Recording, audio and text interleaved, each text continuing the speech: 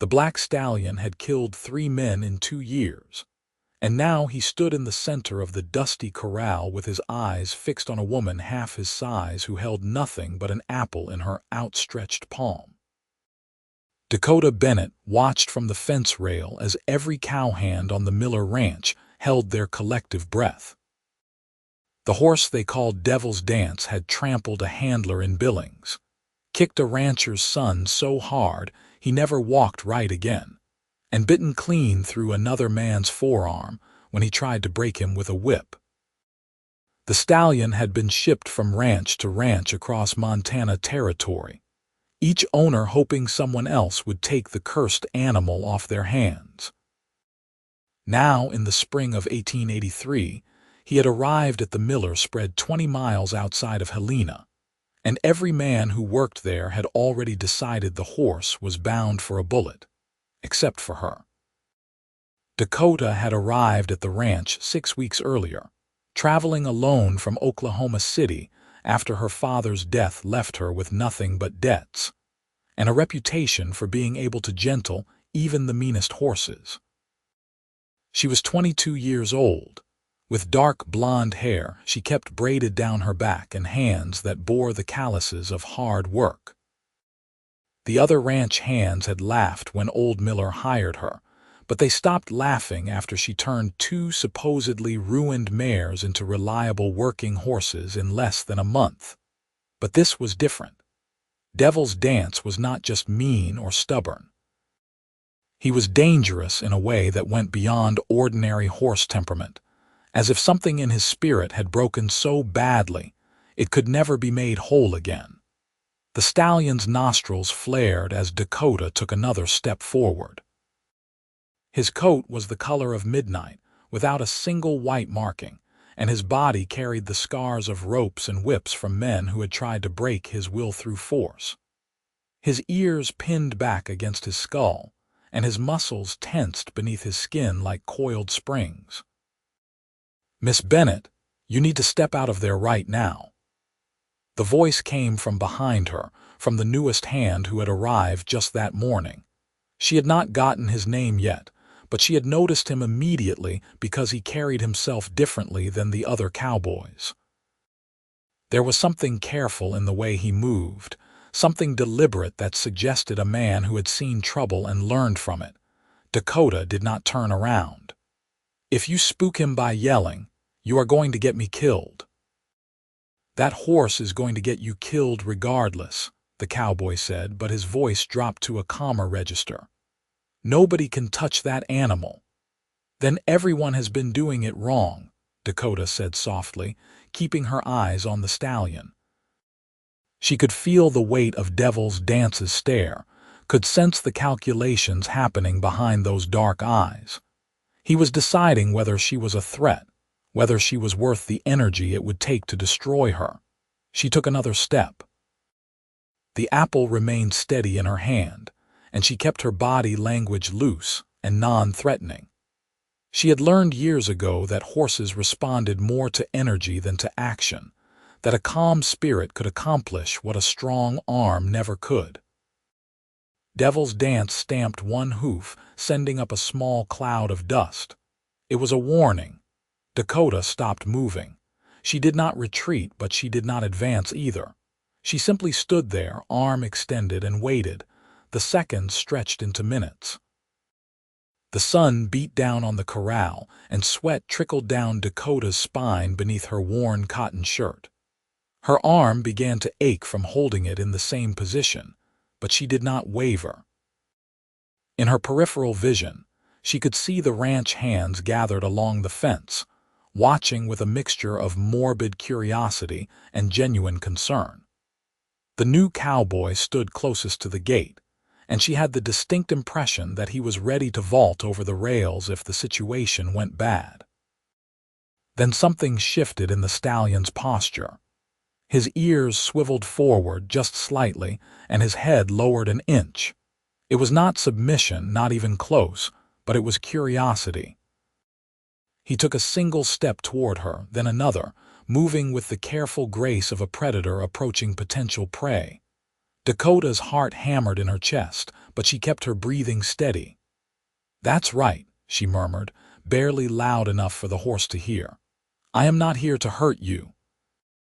I am not like the others." Devil's Dance closed the distance between them with agonizing slowness. When he was close enough that she could feel his breath on her palm, he stopped again. His eyes, which had been filled with rage and suspicion, now held something different. Something that looked almost like hope, buried deep beneath layers of pain and mistrust. The stallion's lips pulled back, revealing teeth that could crush bone, and for a heartbeat Dakota thought she had miscalculated. But instead of biting, he gently lifted the apple from her palm, his whiskers tickling her skin. He crunched into the fruit, juice running down his muzzle, and his eyes never left hers. The ranch hands erupted in shocked exclamations, but Dakota barely heard them. She was focused entirely on the stallion, on this fragile moment of connection that could shatter at any second. Slowly, carefully, she raised her other hand and touched the side of his neck. His skin twitched beneath her fingers, but he did not pull away. She could feel his rapid heartbeat, could sense the war happening inside him between the desire to trust and the knowledge of how much trust had cost him before. "You and me," she whispered. "We are going to figure this out together." Behind her, the new cowboy spoke again, his voice carrying a note of wonder. "I have never seen anything like that in my life." Dakota finally turned to look at him, really look at him, and found herself staring into eyes the color of storm clouds. He was tall, probably 6 feet or more, with dark brown hair that needed cutting and a face that was handsome in a rough-hewn way. He looked to be in his mid-20s, and there was a quality to his expression that suggested intelligence and depth of character. He watched her with the same careful attention she had given the horse, as if he too was trying to understand something that defied easy explanation. "What's your name?" Dakota asked, keeping one hand on Devil's Dance's neck. "Dalton Nash," he said, touching the brim of his hat. "Started this morning." "Well, Dalton Nash, if you are going to work here, you should probably know that most folks think what I do is crazy." A smile tugged at the corner of his mouth. "Most folks are not brave enough to walk up to Montana's deadliest horse armed with nothing but an apple." Something about the way he said it, with genuine admiration rather than mockery, made Dakota's stomach flutter in a way she had not experienced in years. She pushed the feeling aside and turned her attention back to the stallion, who was watching their exchange with alert intelligence. Old Miller, the ranch owner, climbed down from the fence and walked over with the bow-legged gait of a man who had spent 60 years in the saddle. "Miss Bennett, I will admit I had my doubts about you taking this one on. Still do, if I am being honest. But if anyone on this ranch can save that animal from a bullet, it is going to be you." "He does not need saving," Dakota said, stroking Devil's Dance's neck in long, soothing motions. "He just needs someone to treat him like a horse instead of a monster." "Well, you just made me $200, Miller said with a satisfied chuckle. "I bet the boys you could get him to take food from your hand within a week. You did it in 10 minutes. He pulled a few bills from his pocket and counted them out into Dakota's hand. "Danger pay, you earned it." Dakota pocketed the money without comment. $200 was more than she would make in 3 months of regular ranch work, and it would go a long way toward paying down her father's remaining debts. She had learned not to turn down money when it was freely offered, not in this world where women had few options for making an honest living. Over the next several weeks, Dakota spent hours each day working with Devil's Dance. She learned his moods, his triggers, the things that set him off and the things that calmed him down. She discovered that he hated sudden movements but did not mind loud noises, that he would tolerate her touch, but would attack anyone who approached him with a rope or whip, that he had a sweet tooth, and would do almost anything for a piece of sugar candy. Dalton Nash, she discovered, had a habit of appearing wherever she was working. At first she thought it was coincidence, but after the fifth or sixth time she found him nearby, always with some plausible excuse for why he needed to be there. She began to suspect otherwise. He would lean against the corral fence and watch her work, never offering unsolicited advice, but always ready with an extra bucket of water or a kind word when things got difficult. The other ranch hands ribbed him about his obvious interest, but he took their teasing with good humor and never stopped showing up. One evening in early June, after Dakota had spent a particularly exhausting day trying to get Devil's Dance to accept a saddle blanket, she found Dalton waiting by the barn with 2 tin cups and a pot of coffee he had somehow managed to keep warm. "Thought you might need this," he said, offering her one of the cups.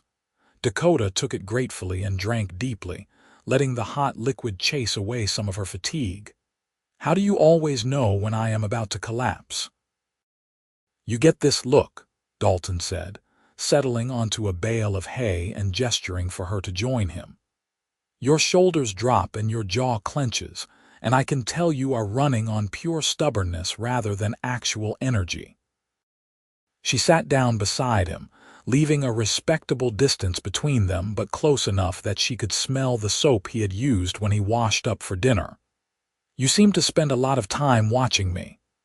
"I suppose I do," he admitted without embarrassment. "You are worth watching." "Because of the horse. Because of everything." He turned to look at her directly, and the intensity in his storm-gray eyes made her breath catch. "I have been working ranches since I was 15 years old, and I have never met anyone quite like you, Dakota Bennett. The way you gentle that stallion, the way you refuse to give up even when every man here has written him off as a lost cause. The way you do not seem to care what people think about you as long as you are doing what you know to be right. That takes a kind of courage most people do not have." Dakota felt heat rise in her cheeks and hoped the gathering darkness hid her blush. "I am just doing my job." "No," Dalton said quietly. "You are doing something more than that.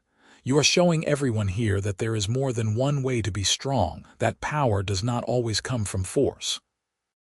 That stallion chose you over every man who tried to break him, and I think that says something important about who you are." The moment hung between them, weighted with unspoken possibility. Dakota found herself acutely aware of how close they were sitting, of the warmth radiating from Dalton's body, of the way his eyes held hers with an openness that made her want to tell him things she had never told anyone. "Why are you really here?" she asked instead. "A man like you could work anywhere. Why this ranch?" Dalton took a long drink of his coffee, and for a moment she thought he was not going to answer. Then he said, "I have been running from something for a while now. Nothing criminal," he added quickly, seeing her expression. "Just some bad memories from the war. I was 14 when it ended, but I saw things no kid should see. Spent the years since then moving from place to place, never staying anywhere long enough to put down roots. But when I heard about this ranch, about old Miller and his operation, something told me to stop here. And then I saw you with that stallion, and I knew exactly why I was supposed to be here." "Why?" The word came out barely above a whisper. "Because I needed to meet someone who understood what it meant to be damaged and still worth saving," Dalton said. "That horse has been beaten and betrayed, but you looked at him and saw something worth fighting for.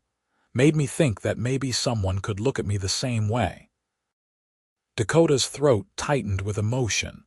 She had spent so long being the strong one, the one who solved problems and never showed weakness, that she had forgotten what it felt like to have someone see through her armor.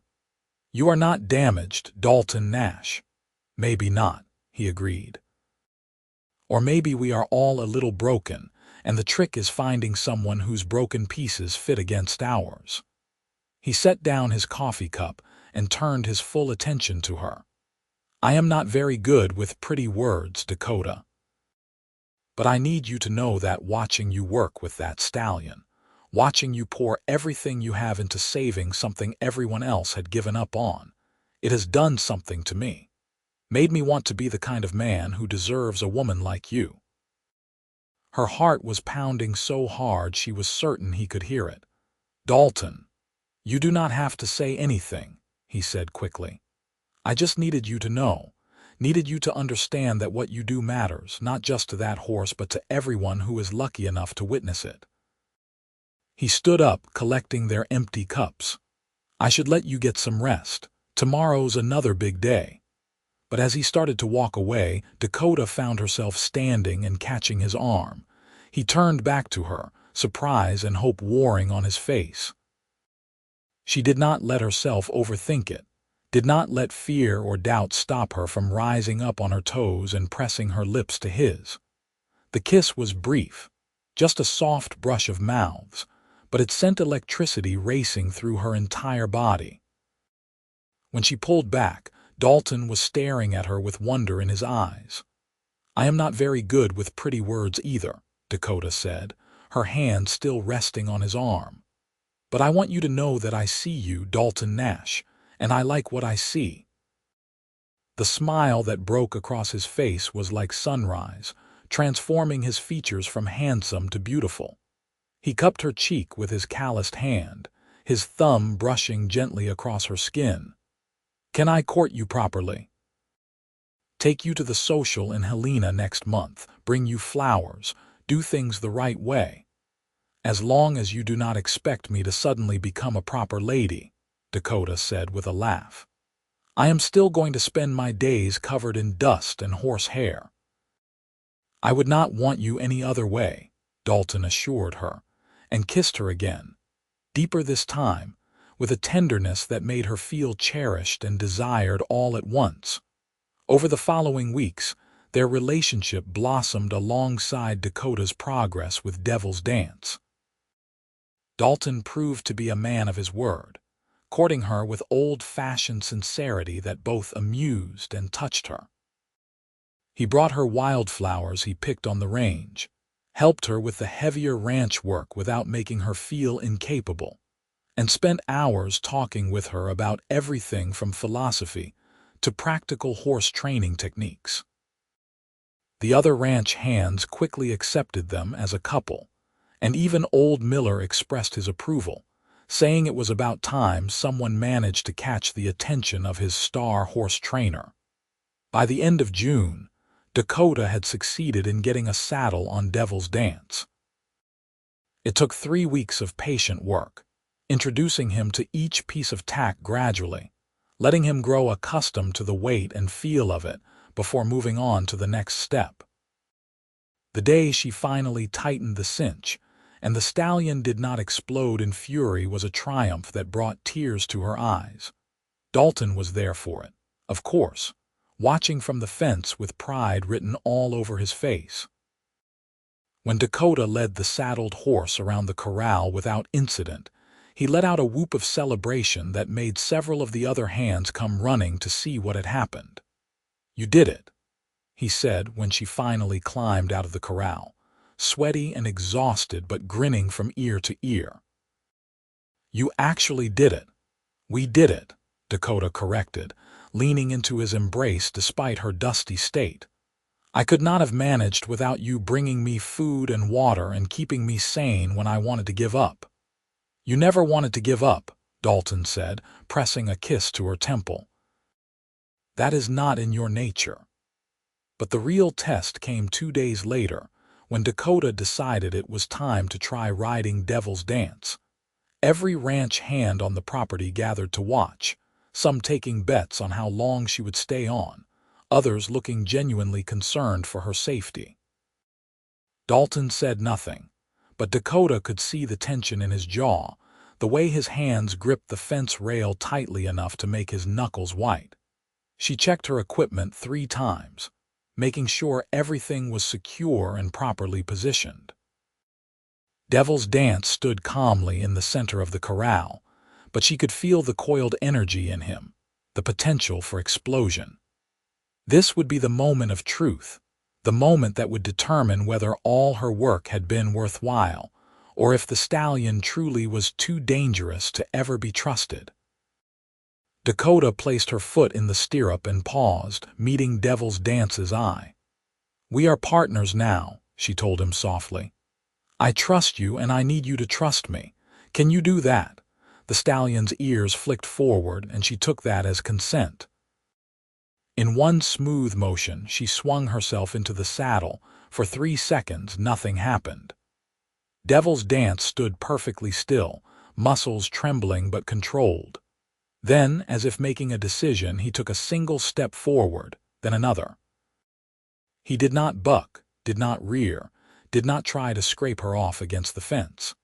He simply walked, responding to the subtle pressure of her legs and the gentle guidance of the reins. The watching crowd erupted in amazed exclamations and applause.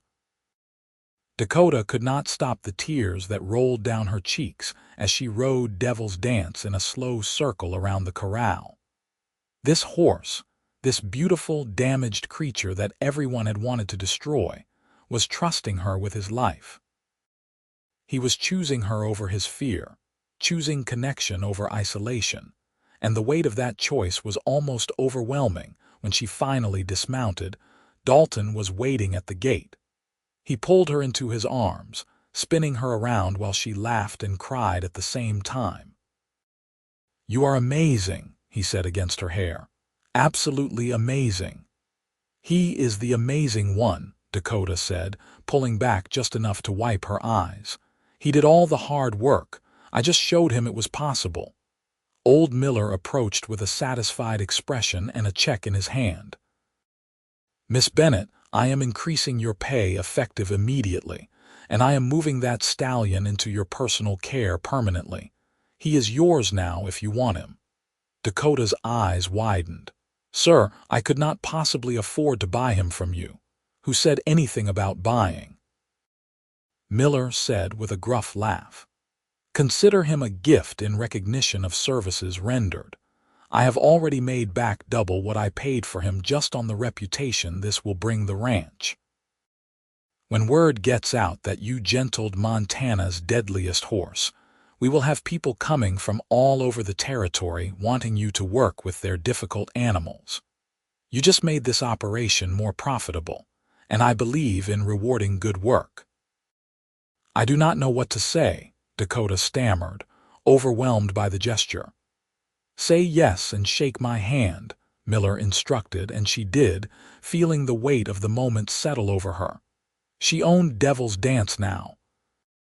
This magnificent, complicated animal was hers to care for and ride and build a life with. That evening, after the celebration dinner and the countless toasts to her success, Dakota found herself sitting on the porch of the small cabin she rented from Miller, with Dalton beside her and the Montana sky spreading out above them in a blanket of stars. Devil's Dance grazed peacefully in the nearby paddock she had moved him to, finally looking relaxed in a way she had never seen before. "I have been thinking," Dalton said, breaking the comfortable silence between them, "about my future and where I want to be and what I want to do with my life." Dakota turned to look at him, trying to read his expression in the dim light. "And what did you decide?" "I decided that I want to be wherever you are," he said simply. "I know we have only known each other a couple of months, and maybe it is too soon to be saying things like this, but I have never been more certain of anything in my life. You are it for me, Dakota Bennett. You are the person I want to wake up next to every morning and fall asleep beside every night. You are who I want to build a future with." Dakota's breath caught in her throat. "Dalton, are you asking what I think you are asking?" He slid off the porch steps and dropped to one knee in front of her, pulling a small box from his pocket. "I know I should wait longer, do this proper and traditional, but I have learned that life is too short to waste time on should and supposed to. Dakota Bennett, You taught a killer horse to trust again, and in the process, you taught me that I could trust too. Will you marry me?" She did not even have to think about it. "Yes," she said, pulling him up and kissing him with all the love and hope and joy that was flooding through her. "Yes, absolutely yes." The ring was simple, just a silver band with a small turquoise stone, but it was the most beautiful thing Dakota had ever seen. Dalton slipped it onto her finger, and they sat together on the porch steps, wrapped in each other's arms and planning a future that suddenly seemed bright and full of possibility. They were married 3 weeks later in Helena, in a simple ceremony at the small Methodist church on Main Street. Dakota wore a dress borrowed from Miller's daughter, pale blue with white lace at the collar and cuffs, and she carried a bouquet of the same wildflowers Dalton had been bringing her all summer. Dalton wore his best suit, cleaned and pressed for the occasion, and looked so handsome that Dakota's heart swelled with love every time she glanced at him. The church was full of ranch hands and townspeople who had heard the story of the woman who had tamed Montana's deadliest horse and wanted to see her marry the cowboy who had won her heart. Old Miller gave her away, having declared himself a stand-in father since her own was gone, and there was not a dry eye in the building when she and Dalton exchanged their vows. The reception was held at the ranch, with tables set up in the barn and enough food to feed everyone 3 times over. Someone produced a fiddle, someone else had an accordion, and soon there was dancing and singing and celebration that lasted well into the night. Dakota danced with Dalton until her feet hurt, then danced some more, giddy with happiness and the realization that this was her life now, that this good and decent man was her husband. Late in the evening, when the party was winding down, and most of the guests had already left or passed out in various corners of the barn, Dakota and Dalton slipped away to the small house that Miller had given them as a wedding present. It was not much, just 4 rooms and a kitchen, but it was theirs, and that made it perfect. Dalton carried her over the threshold, making her laugh with the old-fashioned gesture, and set her down gently in the center of the main room. "Mrs. Nash," he said, testing out the name. "I like the sound of that." "So do I," Dakota agreed, reaching up to unpin her hair and letting it fall loose around her shoulders. "I like it very much." He pulled her close, his hands settling on her waist. "I love you, Dakota. I want you to know that before anything else happens tonight. I love you with everything I am." "I love you too," she whispered, and kissed him with all the passion and promise of their new beginning. Their first year of marriage was not without its challenges. Running a household, while also managing her increasingly busy horse training business, required Dakota to develop organizational skills she had never needed before. Word had spread quickly about her success with Devil's Dance, and soon she was fielding requests from ranchers all over Montana Territory who had difficult horses they needed trained. Dalton supported her work completely, often accompanying her on trips to other ranches and helping her with the physical labor involved in horse training. They made a good team, complementing each other's strengths and supporting each other's weaknesses. Dalton had a head for business and helped Dakota set fair prices for her services, making sure she was not being taken advantage of by ranchers who saw a woman and assumed she could be lowballed. Dakota taught Dalton her gentling techniques, and he proved to have a natural talent for it, though he always deferred to her expertise and never tried to take credit for her methods. Devil's Dance thrived under Dakota's ownership. She rode him almost every day, and the stallion that had once been Montana's deadliest horse became known instead as the most loyal mount in the territory. He still would not let anyone else ride him, still bore the psychological scars of his early abuse, but with Dakota he was gentle and responsive, as if he understood that she had saved his life, and he owed her everything. One crisp October morning, a year and a half after their wedding, Dakota woke up feeling nauseous and immediately knew what it meant. She waited until Dalton had left to check on the cattle before riding into town to confirm her suspicion with Dr. Warren, Helena's only physician. When he confirmed that she was indeed pregnant, expected to deliver sometime in late May, she sat in his office for a long moment, processing the news. A baby. She and Dalton were going to have a baby.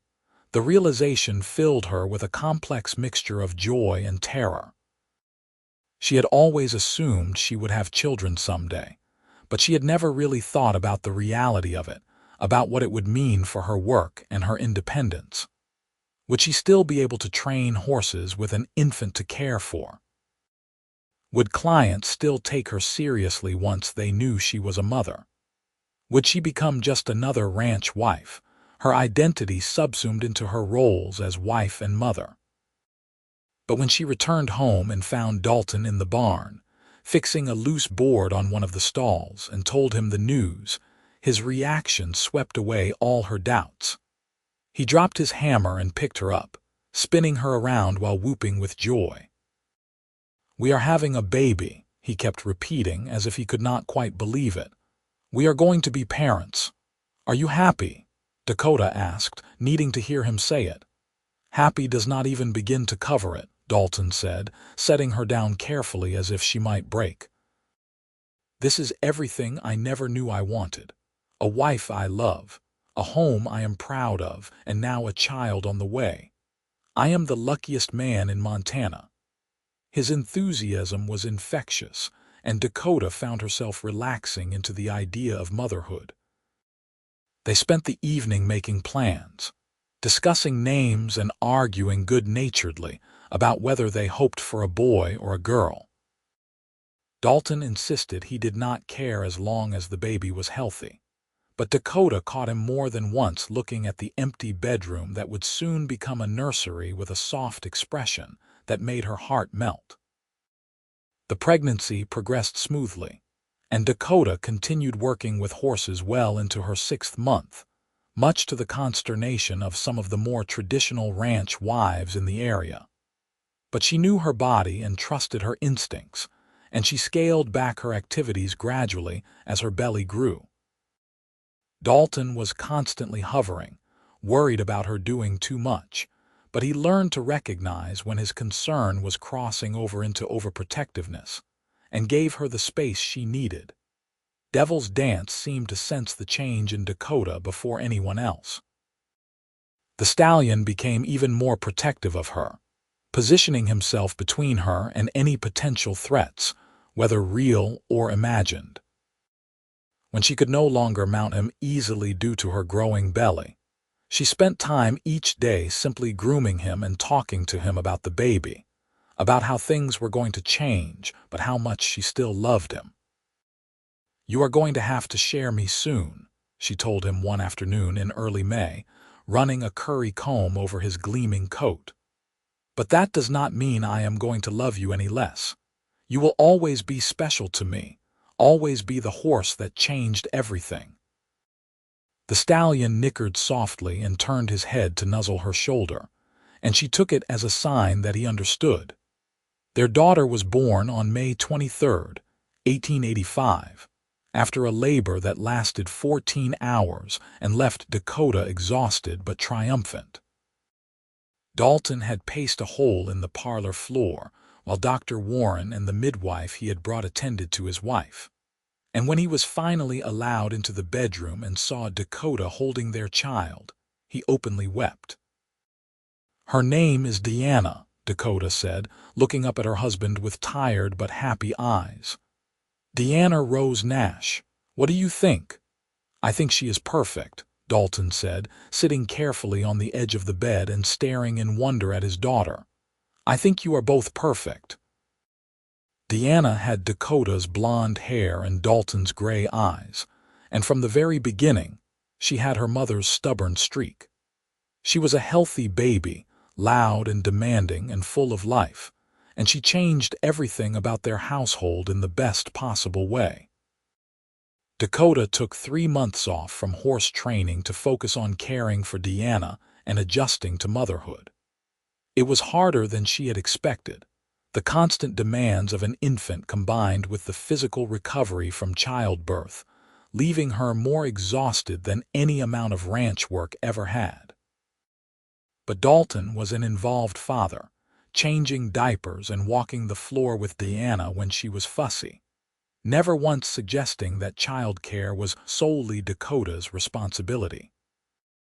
When Dakota finally returned to work in August, it was with Deanna strapped to her back in a carrier Dalton had fashioned from leather and canvas. She started slowly, taking only local jobs that would not require overnight travel, and found that most of her clients were charmed by the sight of her working with their horses while her baby slept peacefully against her back. Devil's Dance met Deanna for the first time when she was 4 months old. Dakota had been nervous about the introduction, unsure how the stallion would react to the small, noisy creature that had entered their lives. But the moment she approached his paddock with Deanna in her arms, the horse dropped his head and breathed softly on the baby's face, his dark eyes gentle and curious. "This is Deanna," Dakota told him, holding the baby where he could see her clearly. "She is part of our family now, which means you need to protect her the way you protect me." Devil's Dance snorted, as if offended that she would think he might do anything else. And from that moment on, he was as devoted to Deanna as he was to Dakota. As the baby grew into a toddler, he would stand perfectly still while she patted his legs with her chubby hands. And later, when she was old enough to sit on his back with Dakota holding her securely, he walked with such exaggerated care that it made Dalton laugh. The years passed in a blur of work and family and happiness. Dakota's reputation continued to grow, and by the time Deanna was 3, she was considered the best horse trainer in Montana Territory. She had expanded her business to include teaching her methods to others, running week-long workshops where ranchers and handlers could learn her gentling techniques. Dalton had become her full partner in the business, and together they had built something that was both profitable and meaningful. In the spring of 1888, Dakota discovered she was pregnant again. This time the news was less surprising but no less welcome. They had been hoping for a second child, wanting Deanna to have a sibling close enough in age to be a real companion.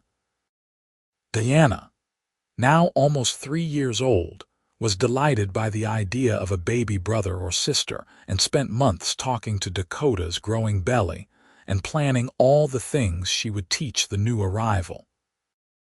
Their son was born in December, arriving 2 weeks early during a cold snap that had temperatures hovering below 0. Dalton had to ride through a blizzard to fetch Dr. Warren, and Dakota had been terrified that he would not make it back in time.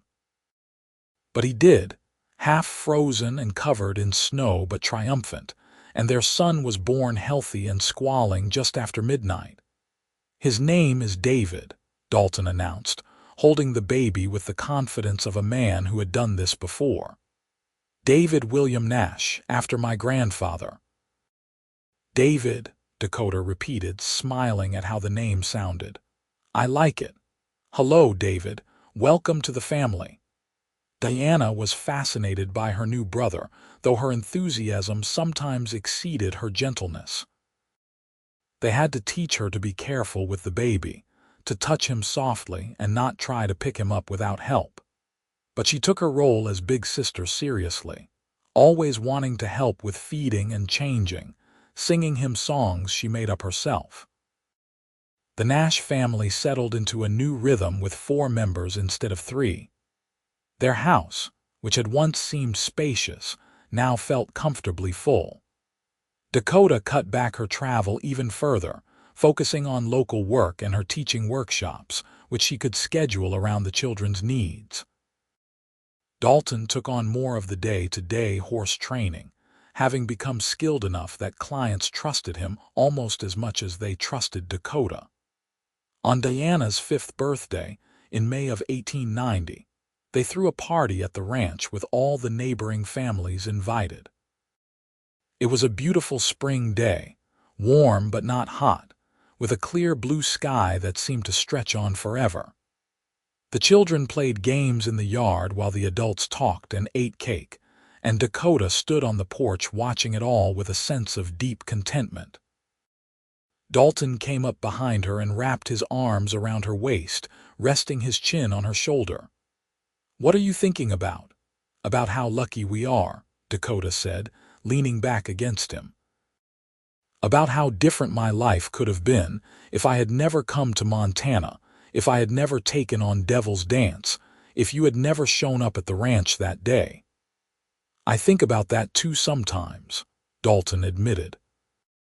"About all the little choices and coincidences that had to happen to get us to this point. Makes me believe in fate or destiny or whatever you want to call it.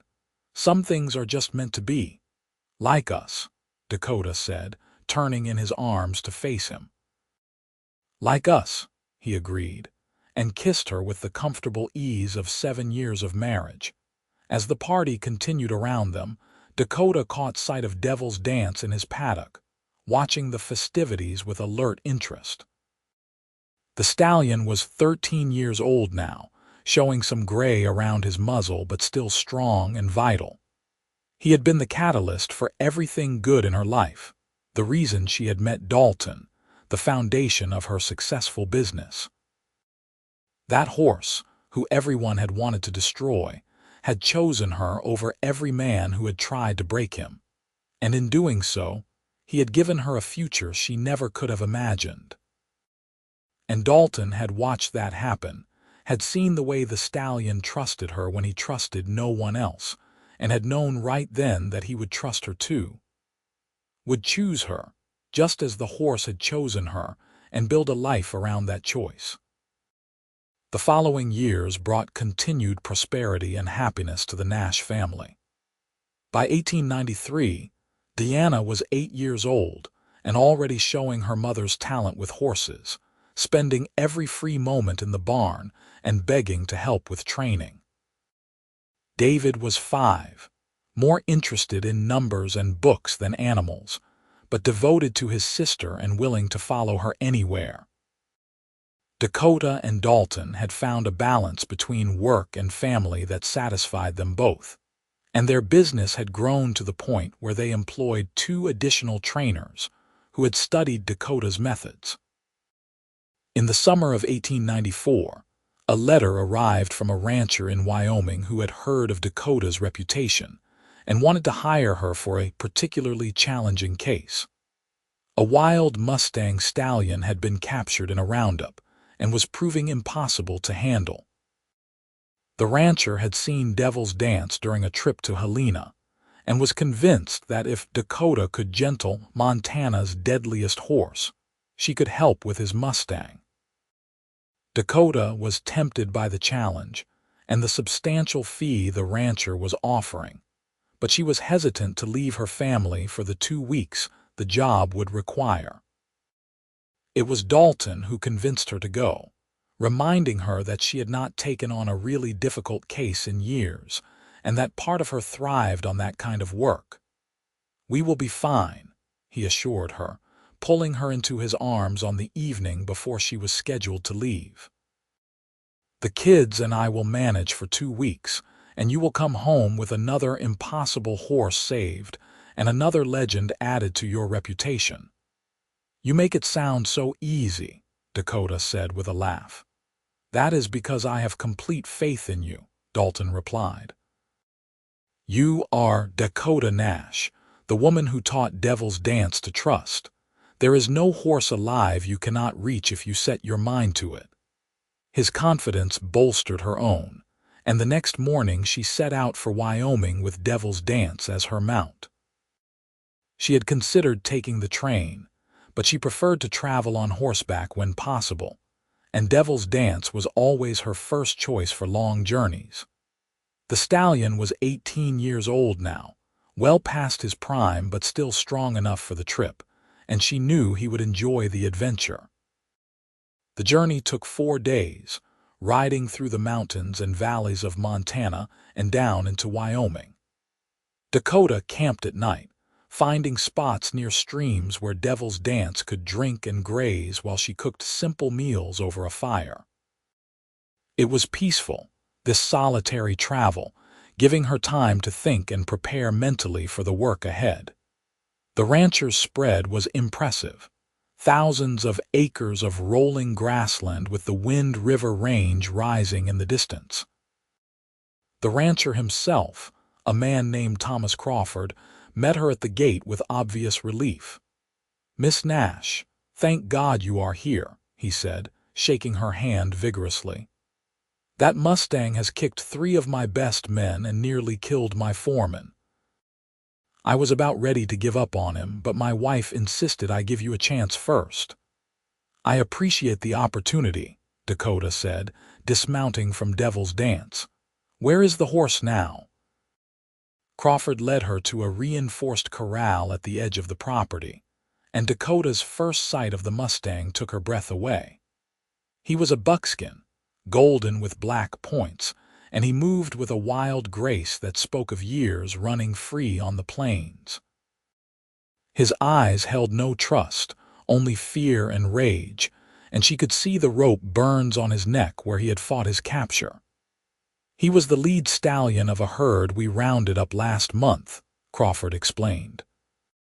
"We let most of them go, but I thought if I could break this one, he would make the finest horse in Wyoming. But I am starting to think he will never be anything but wild." Dakota studied the Mustang carefully, taking in every detail of his body language and behavior. He was younger than Devil's Dance had been when she first met him, probably only 6 or 7 years old, and his spirit was not broken, just badly frightened. She could work with frightened. Frightened meant there was still hope. "I am going to need you and your men to stay away from this corral for the next week," Dakota said. "No one comes near except me. No checking on progress, no offering to help. The Mustang needs to learn that humans are not all threats, and that is going to be hard to do if he keeps seeing different people." Crawford looked skeptical but nodded. "You are the expert. We will do it your way." Dakota set up her camp near the corral and began the slow, patient work of earning the Mustang's trust. She started by simply being present, sitting near the fence for hours at a time, letting him get used to her scent and her voice. She talked to him about everything and nothing, told him about her children and her husband and her life, about Devil's Dance, and all the other horses she had helped over the years. The Mustang, whom she had decided to call Storm for his temperament, was more resistant than any horse she had worked with since Devil's Dance. He had tasted freedom, had known what it was to run wild with his herd, and he saw captivity as a death sentence. It took 3 days before he would approach the side of the corral where she sat, and another 2 before he would take food from her hand. But Dakota had learned patience in her years of training, had learned to move at the horse's pace rather than her own. She celebrated each small victory, each moment when Storm chose connection over isolation, when he allowed himself to hope that maybe this human was different from the others who had hurt him. On the 7th day, she entered the corral for the first time. Storm retreated to the far side, snorting and stamping, but he did not charge at her. She stood in the center of the space, arms relaxed at her sides, and waited, and waited, and waited until the sun was setting and painting the sky in shades of orange and pink. Then, just as she was about to give up for the day, Storm took a step toward her, then another. He approached with his head low and his eyes watchful, ready to bolt at the first sign of danger. But Dakota remained perfectly still, projecting calm and safety with every fiber of her being. When Storm was close enough to touch, she slowly raised her hand and placed it on his neck. His skin twitched, but he did not pull away. She felt the same sense of wonder and triumph she had experienced with Devil's Dance all those years ago, the knowledge that she had reached something broken and shown it how to heal. "You are going to be all right," she whispered to Storm. "I promise you, this does not have to be the end of your story. It can be a new beginning." The remaining week passed quickly, with Storm making progress faster than Dakota had dared to hope. By the time she was ready to return home, he would accept a halter and lead, would let her groom him and check his hooves, and had even tolerated her placing a light blanket on his back. He was not ready for a saddle yet, and she doubted he ever would be truly comfortable with riders, but he was no longer the dangerous, terrified animal he had been when she arrived. "You worked a miracle," Crawford said on her last day, watching Storm follow Dakota around the corral like a dog. "I have never seen anything like it." "It is not a miracle," Dakota said, patting Storm's shoulder affectionately. "It is just respect and patience. Every horse has the capacity to trust if you give them a reason to." Crawford paid her the agreed-upon fee plus a substantial bonus, and Dakota headed home with her saddlebags heavy with money and her heart light with satisfaction. The journey back to Montana seemed shorter than the trip down, probably because she was eager to see her family again. She arrived at the ranch on a warm August evening, and before she had even dismounted, Deanna came running out of the house with David close behind. "Mama! Mama! You are home!" Dakota swept both her children into her arms, holding them tight and breathing in the familiar scent of them. "I missed you so much. Were you good for your father?" "Mostly," Deanna said with a mischievous grin that reminded Dakota strongly of Dalton. "They were perfect," Dalton said, emerging from the barn with a smile that made Dakota's heart skip a beat even after 9 years of marriage. "But we are all very glad you are home. The house is too quiet without you." That night, after the children were asleep and she and Dalton were alone in their bedroom, Dakota told him all about Storm and the work she had done. He listened attentively, asking questions and marveling at her descriptions, and when she finished, he pulled her close and held her for a long moment. "I am so proud of you," he said into her hair. "Proud of the work you do, proud of the woman you are, proud to be your husband." "I could not do any of it without you," Dakota replied honestly. "You make everything possible, Dalton. You and the kids, this life we have built together. That is what gives me the strength to go out and do the hard work." They made love that night with the tenderness and passion of long married couples who still desire each other, who still find joy and comfort in the physical expression of their love.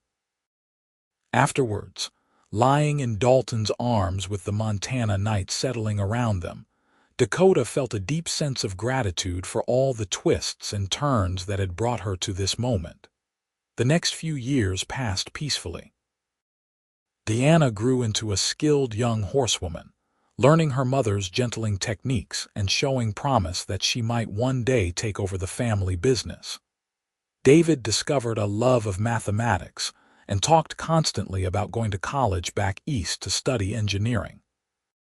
Dalton continued to be a full partner in both the horse training operation and in parenting, never falling into the trap of leaving all domestic responsibilities to his wife.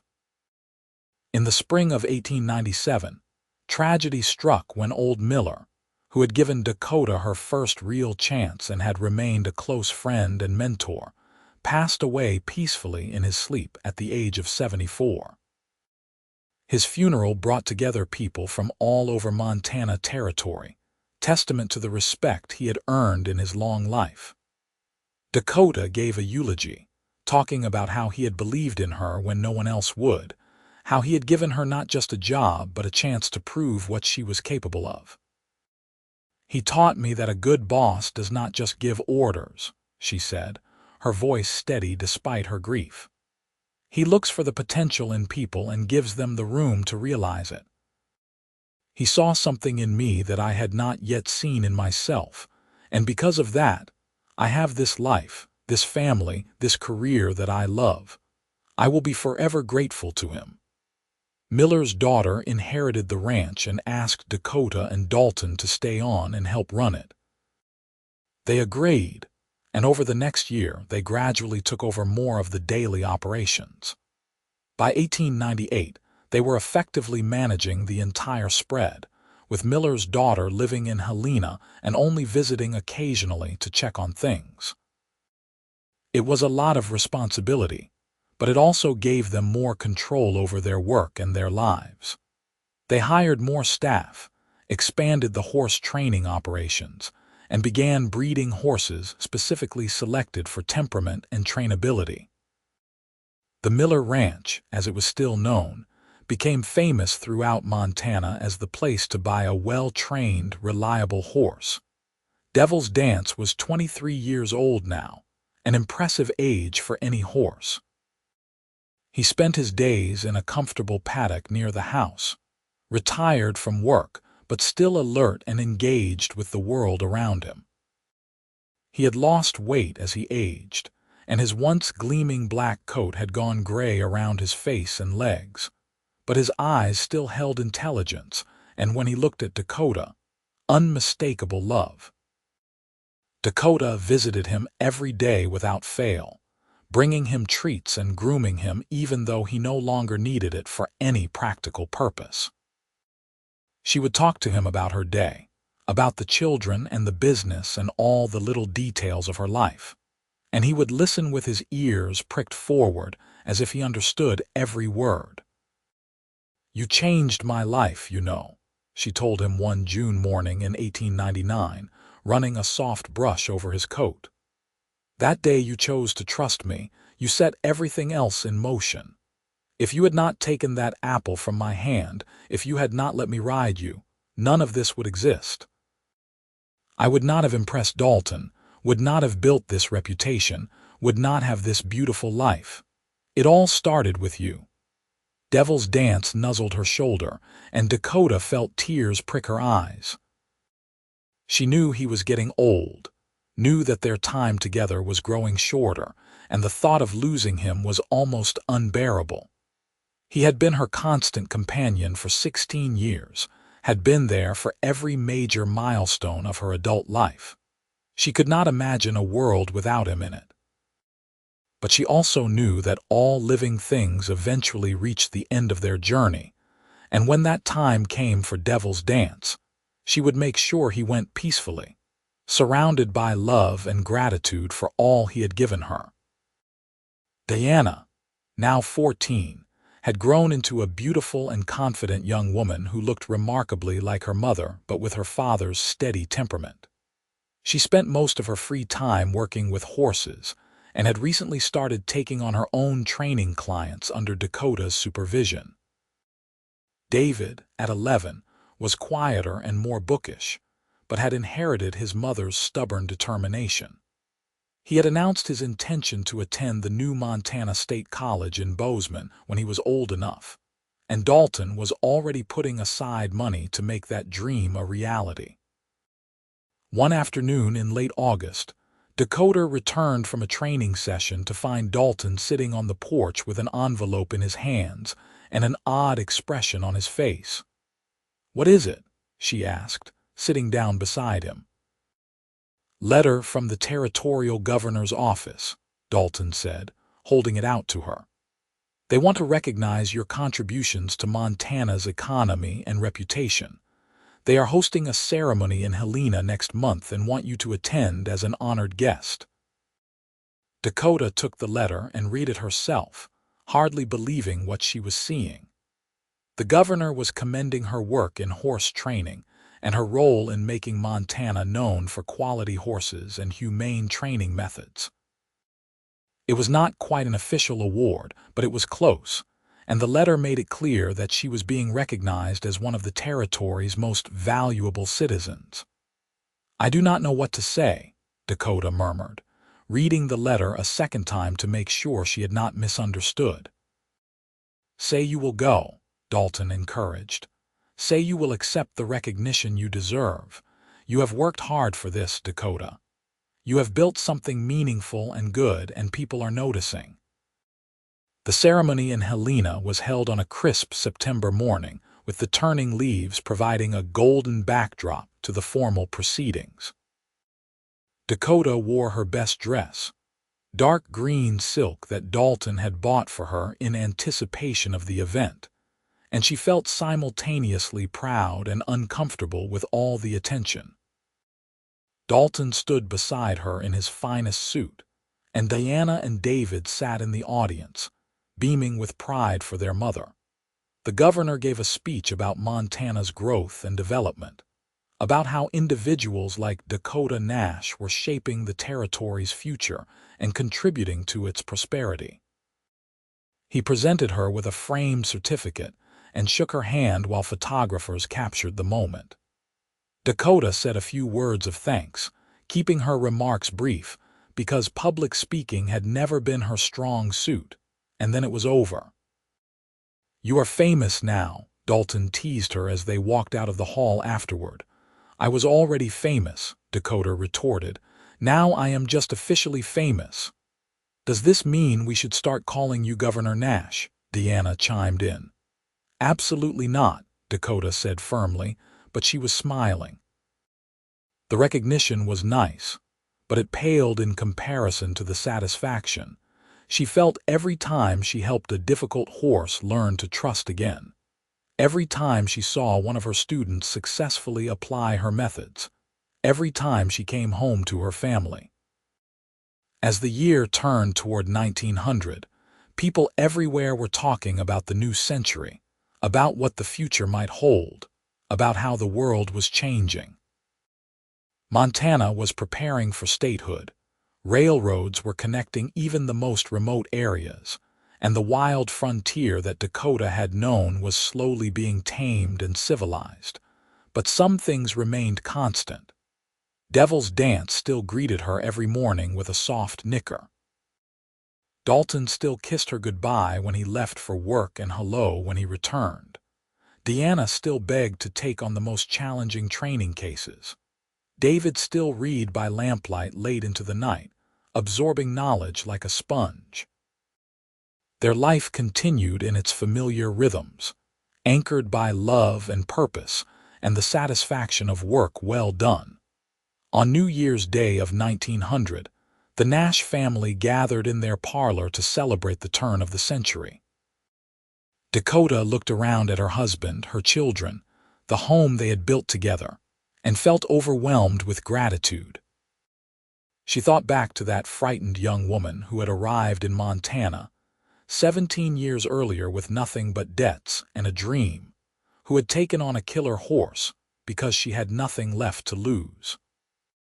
That woman could never have imagined this life, this happiness, this sense of belonging and purpose. And it had all started with Devil's Dance, with a horse that everyone else had given up on, a horse that had chosen her over every man who had tried to break him. And it had continued with Dalton, who had watched that moment of connection between woman and horse and had known, in some deep and fundamental way, that he would choose her too. That he would build his life around her, support her dreams, love her through all the challenges and triumphs that came their way. "What are you thinking about?" Dalton asked, moving to stand beside her at the window where she was watching the snow fall gently outside. "About how lucky I am," Dakota said, leaning into his warmth. "About how one moment, one choice, one act of trust can change everything." "The moment you offered Devil's Dance that apple," Dalton said, understanding immediately. "The moment you decided to stay at the Miller Ranch instead of moving on," Dakota countered. "The moment we chose each other," Dalton concluded, and kissed her softly. In February of 1900, Devil's Dance began to show signs that his time was coming to an end. He stopped eating as much, spent more time lying down, moved more slowly when he did get up. The veterinarian confirmed what Dakota already knew in her heart: the stallion was simply old, and his body was shutting down.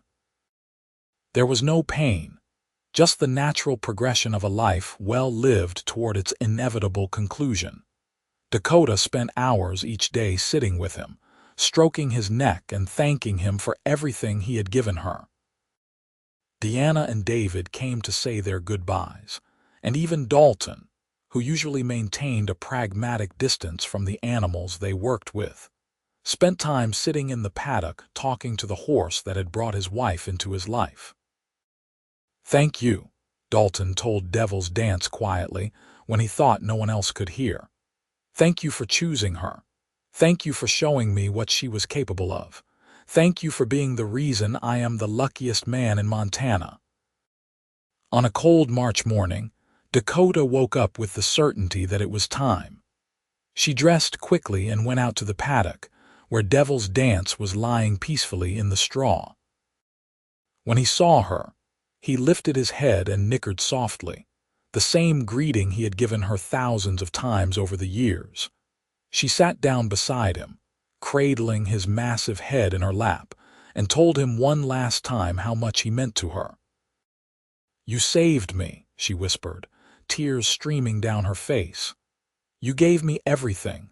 I hope you know how loved you are, how grateful I am for every day we had together."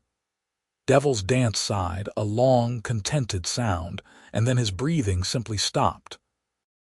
There was no struggle, no pain, just a gentle transition from life to death. Dakota sat with him for a long time after he was gone, saying goodbye to the horse that had changed her life, the horse that had chosen her when no one else would. They buried Devil's Dance on a hill overlooking the ranch, in a spot where he could see the mountains in the distance, and the sun would warm the ground above him. Deanna carved a marker from a piece of wood, burning his name and dates into it with careful precision. The whole ranch staff attended the burial, and more than one hardened cowboy wiped away tears as they said goodbye to the stallion that had become a legend. The grief was hard, but Dakota took comfort in knowing that Devil's Dance had lived a long and happy life after those terrible early years. He had known love and safety and purpose. He had helped her build something meaningful. He had been, in every way that mattered, a good life well lived. As spring turned to summer, the sadness began to fade, replaced by gratitude for all the years they had shared. Dakota found herself telling stories about Devil's Dance to her training students, using him as an example of what patience and trust could accomplish. His legacy lived on in every horse she gentled, in every student she taught, in the philosophy of respect and compassion that guided all her work. Deanna graduated from the local school that June and announced her intention to work full-time in the family horse training business. She had already developed a strong reputation among local ranchers, and Dakota was proud to officially bring her on as a partner. David was preparing to start high school in the fall, still determined to pursue his dream of college and engineering. Montana achieved statehood in late 1889, though the celebration in their area had been delayed by winter weather. Now, in the summer of 1900, there was a renewed sense of civic pride, a feeling that they were no longer just territory residents but full-fledged citizens of the United States. It was a strange feeling for Dakota, who had lived through so much change already, to realize that the wild Montana she had arrived in was being replaced by something more settled and civilized. But some things, she was glad to note, remained wild. The mountains still rose majestic and untamed in the distance. The rivers still ran free and cold, and there were still horses that needed gentling, still animals that had been hurt or frightened and needed someone patient enough to help them heal. On their 15th wedding anniversary in July, Dalton surprised Dakota with a trip to Yellowstone, which had been a national park for nearly 30 years, but which neither of them had ever visited. They left Deanna in charge of the ranch and took David with them, spending a week exploring the geysers and hot springs and spectacular scenery. It was the longest vacation Dakota had taken since their honeymoon, and it reminded her that there was a whole world beyond the ranch, beyond the work that consumed so much of her time and energy.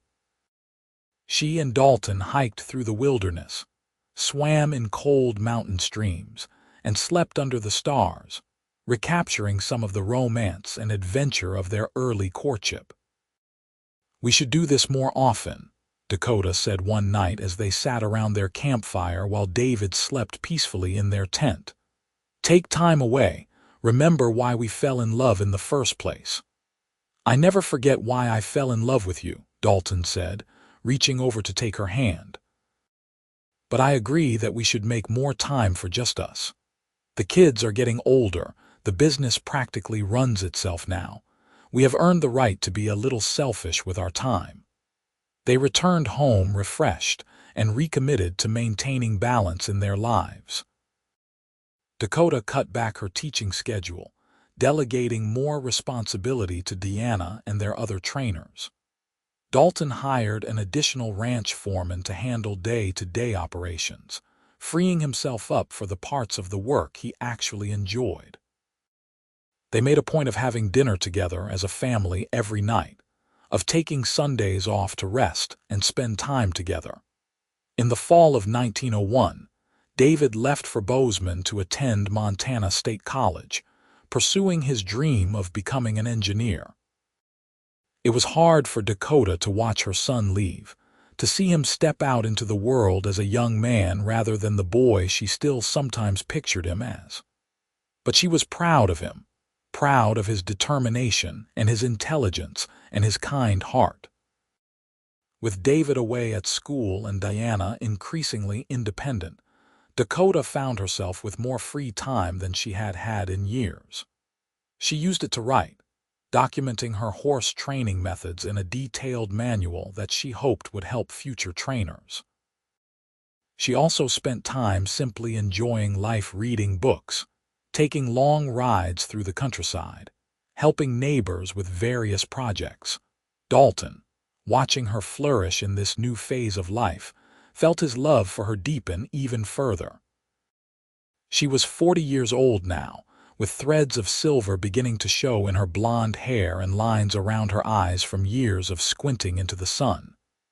But to him, she was more beautiful than ever, her face showing the character and wisdom that came from a life fully lived. One evening in December, as they sat together watching the snow fall outside their window, Dalton said, "Do you remember what you told me the night we got engaged? About how Devil's Dance chose you over every man who had tried to break him?" "Of course," Dakota said, turning to look at him. "That was one of the most important moments of my life. I think about it sometimes," Dalton admitted. "About how I watched that happen and knew, absolutely knew that I would choose you too, that I would spend my life supporting you, loving you, being the kind of partner you deserved. And every day since then, I have chosen you again. Every single day I wake up and choose you all over again." Dakota felt tears well in her eyes. Even after all these years, Dalton still had the power to surprise her with the depth of his feelings. "I choose you too," she whispered. "Every day, every moment. You are the best thing that ever happened to me, Dalton Nash. You and our children and this life we have built together." They kissed, soft and sweet, and sat together in comfortable silence as the snow continued to fall and the fire crackled in the hearth. Outside, the ranch was quiet, the horses settled in their stalls for the night, the cattle bedded down in the winter pastures. Everything was as it should be. The new century brought continued changes to Montana and to their lives.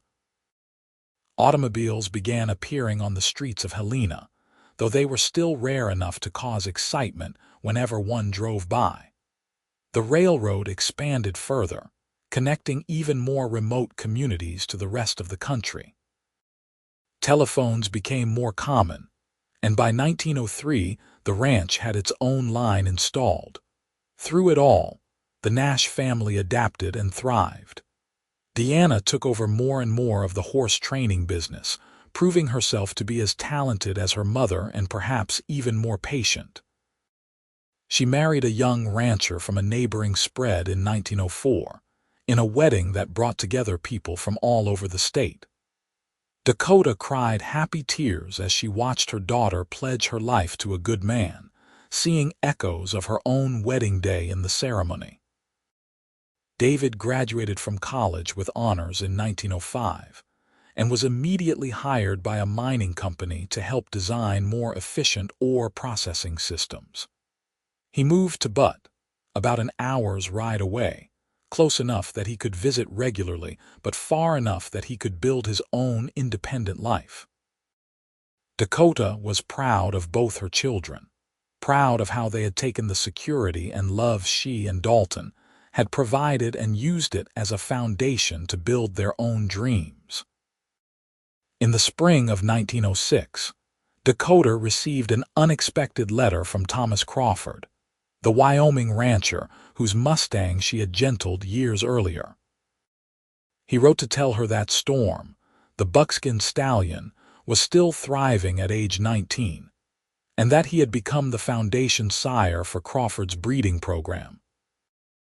Dozens of his offspring were working on ranches throughout Wyoming, all of them carrying the combination of spirit and trainability that made them exceptional horses.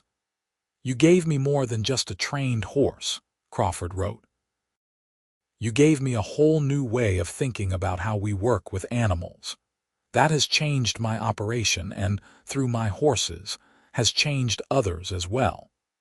I wanted you to know that your influence extends far beyond Montana, and that the work you did that summer continues to bear fruit."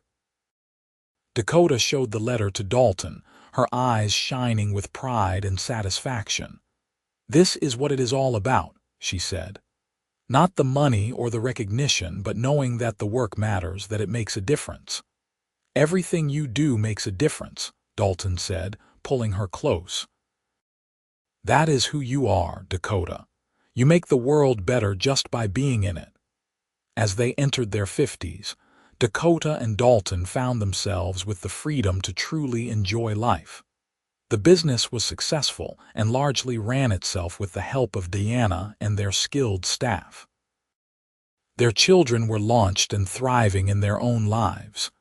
They had more than enough money to be comfortable, a home they loved, and each other. They took trips together, exploring parts of the country they had never seen. They visited David in Butte regularly and doted on Diana's children, 2 grandchildren who filled their lives with joy and chaos. They hosted dinners and parties, welcoming friends and neighbors into their home. They worked when they felt like working and rested when they were tired. But mostly, they simply enjoyed being together. After 25 years of marriage, they still found each other endlessly fascinating, still looked forward to conversations and shared experiences, still felt that flutter of excitement when they caught sight of each other across a room. On a summer evening in 1908, Dakota stood at the fence watching the sunset paint the sky in brilliant shades of orange and pink. She was 56 years old now, her hair more silver than blonde, her hands marked by decades of hard work. But she felt vital and alive, grateful for every day she had been given. Dalton came up beside her and took her hand, lacing his fingers through hers. "What are you thinking about?" "About how it all started," Dakota said, gesturing toward the paddock where several young horses grazed peacefully. "About a black stallion that everyone wanted to destroy, and how letting him choose me changed everything. About you standing by that fence watching and deciding you would choose me too." "Best decision I ever made," Dalton said simply. "Best decision we ever made," Dakota corrected. "This life, this love, this partnership.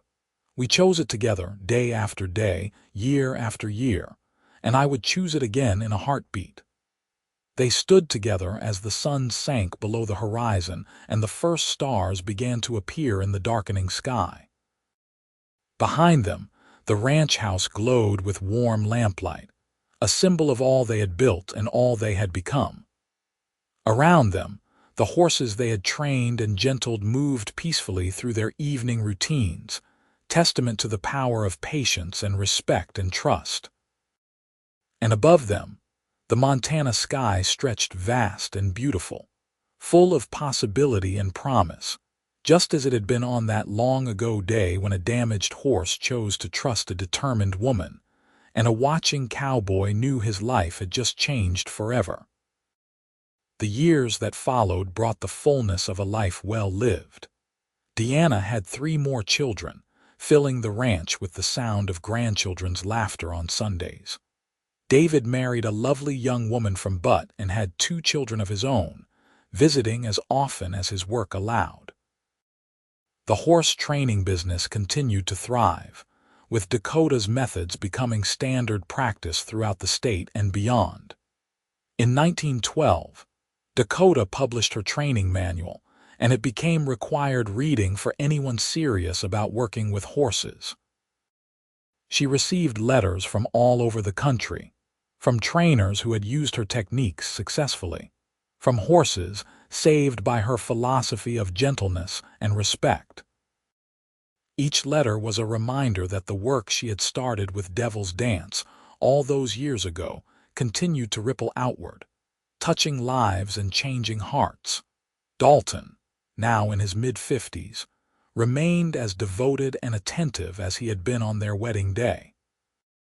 He still brought her wildflowers from the range, still kissed her goodbye every morning and hello every evening, still looked at her as if she were the most remarkable woman he had ever met. Their love had deepened over the decades, becoming something richer and more complex than the passionate romance of their youth, but no less powerful for its maturity.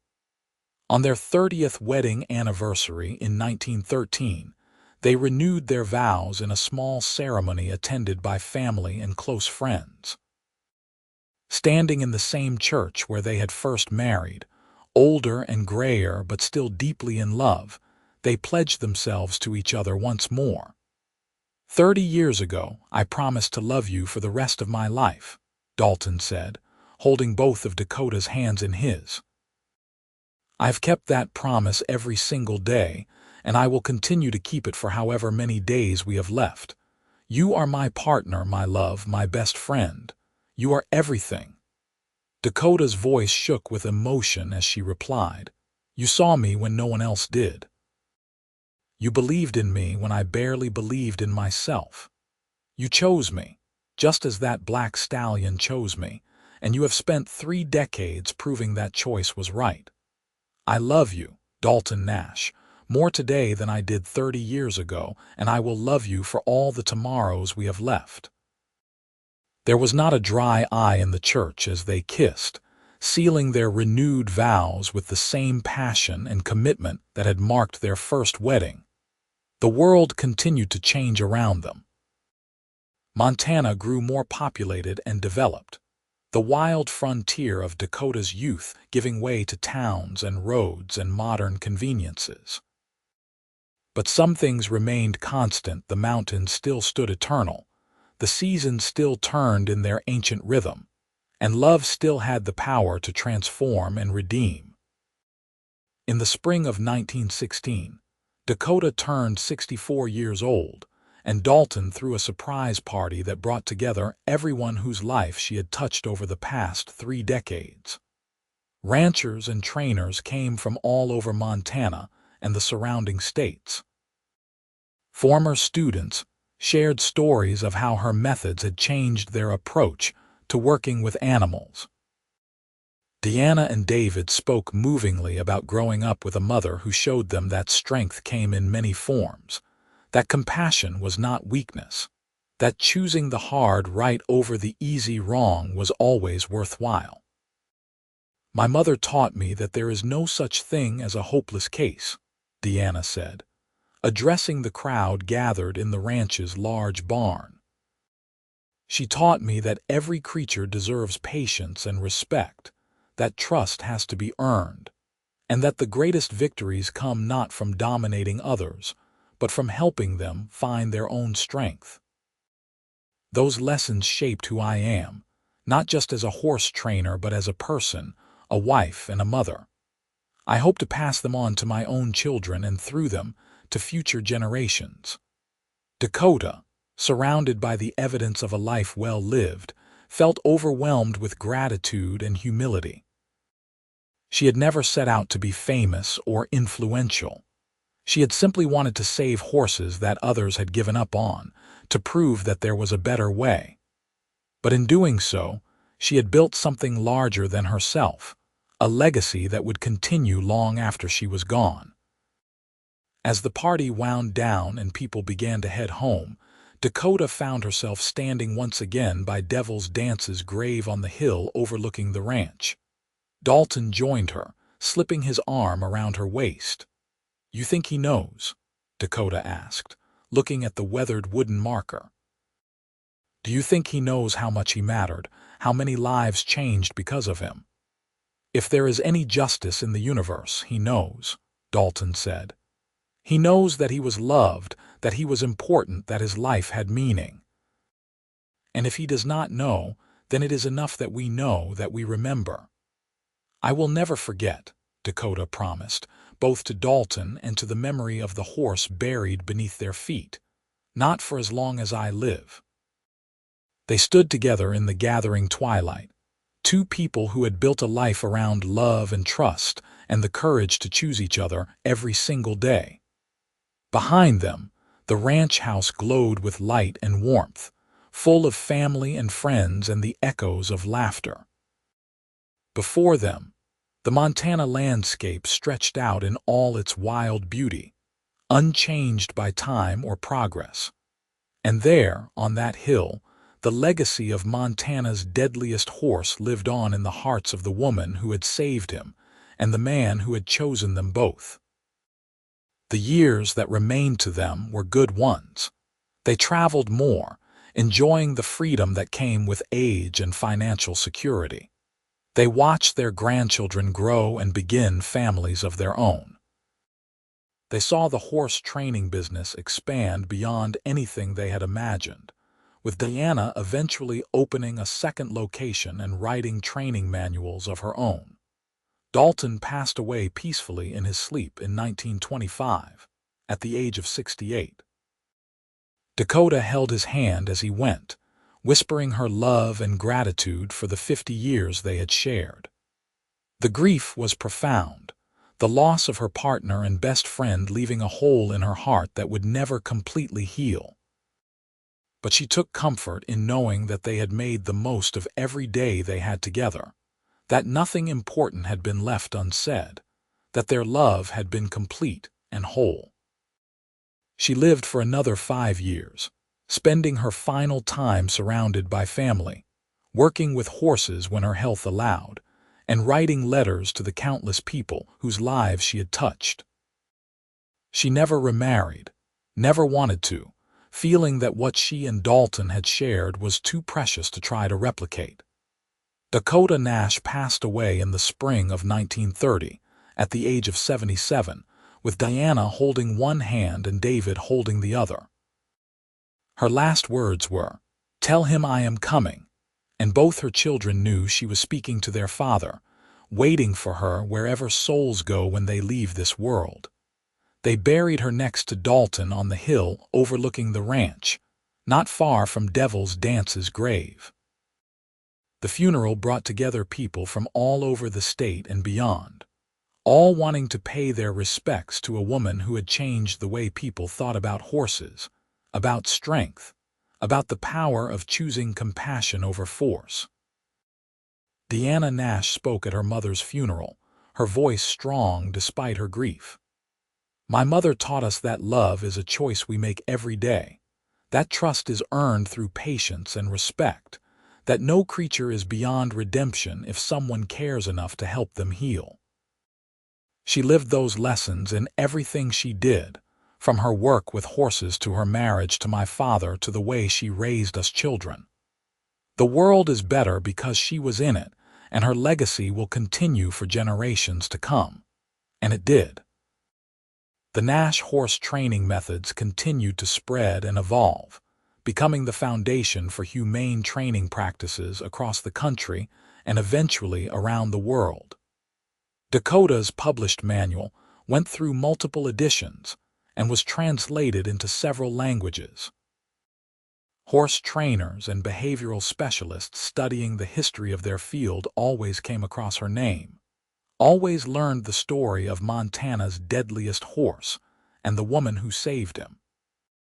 But more than her professional legacy, Dakota left behind a family that embodied her values of love, respect, and compassionate strength. Her children and grandchildren and great-grandchildren carried those lessons into their own lives, spreading them in countless small ways through their communities and relationships. And sometimes, on quiet evenings when the Montana sky blazed with sunset colors, people working on what had once been the Miller Ranch would swear they could see three figures standing on the hill overlooking the property, a woman with blonde hair going silver, a tall man with storm-gray eyes, and a magnificent black stallion. They would stand there for just a moment, silhouetted against the dying light, and then fade away like mist. It was just a legend, of course, just a romantic story people told themselves. But those who had known Dakota and Dalton, who had witnessed the power of their love and the legacy they built together, liked to think it was true. Liked to imagine that the woman who saved Montana's deadliest horse and the cowboy who chose them both were still there in spirit, still watching over the land they had loved and the life they had built together. Because some bonds, forged in trust and strengthened by love, are too powerful to be broken by something as simple as death. Some stories are too important to end. And some choices, made in a moment but reaffirmed every day for a lifetime, echo forward through time, touching hearts and changing lives for generations yet unborn.